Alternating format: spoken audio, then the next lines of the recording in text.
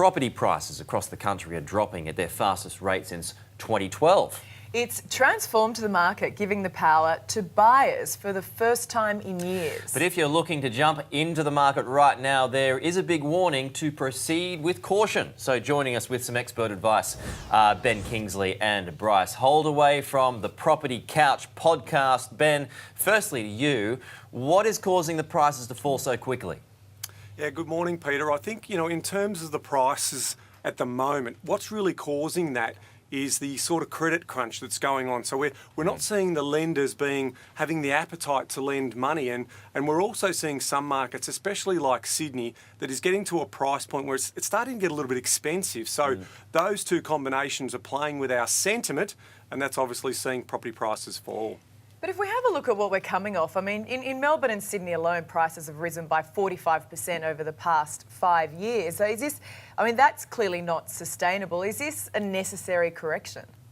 Yeah, so it's not really Sydney as an example is actually 73% up. Melbourne's over almost 60% up in this cycle. So when you talk about Sydney market being off, say, 5, almost 6%, we've just got to stay a little bit calm. I'd very happy to take the 73% if I could get the 6% correction.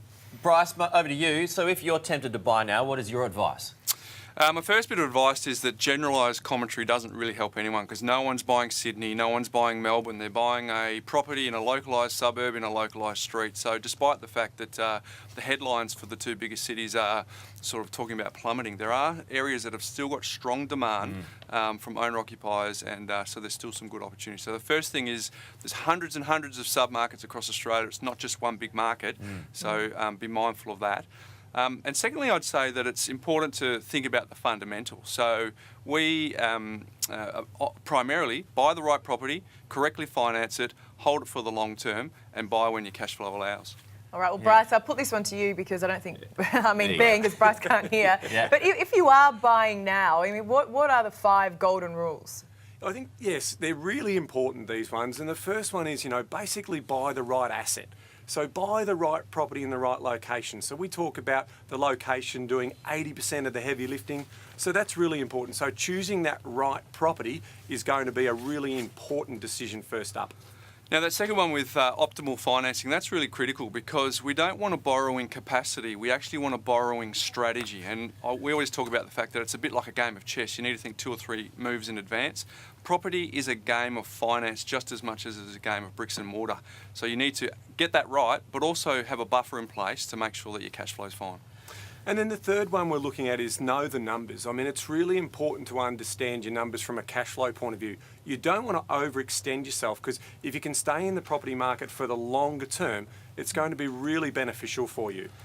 Now, that fourth point there around some defence is you want to protect the assets, but you also want to protect your income and your lifestyle. So by that, if you have a temporary time when you can't earn your income, you might need some, say, income protection insurance. Or importantly, if something happens that you can't earn an income for the long term, you need to have some defence around that, and talking to a licensed financial planner will help you put that in place. Right, fellas, we've got about a minute. So if you can quickly take us through the states of our markets in our major cities. Yeah, sure. I'll start off and we'll talk about Sydney. So it is definitely, 2 years ago, it was basically, buyer excitement and pushing the market, that FOMO, fear of missing out. Now we've got a changing, cooling market, and the confidence is not there. So Sydney will probably continue to sort of fall slightly.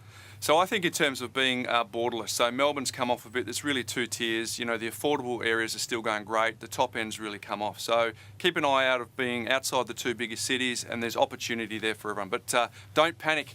This too shall pass. All right, that's good advice. Yeah, like the Coldplay song. Don't panic. Very good, fellas. Some good advice there. Thank you very much for your time this morning. Some important pointers. Thank you.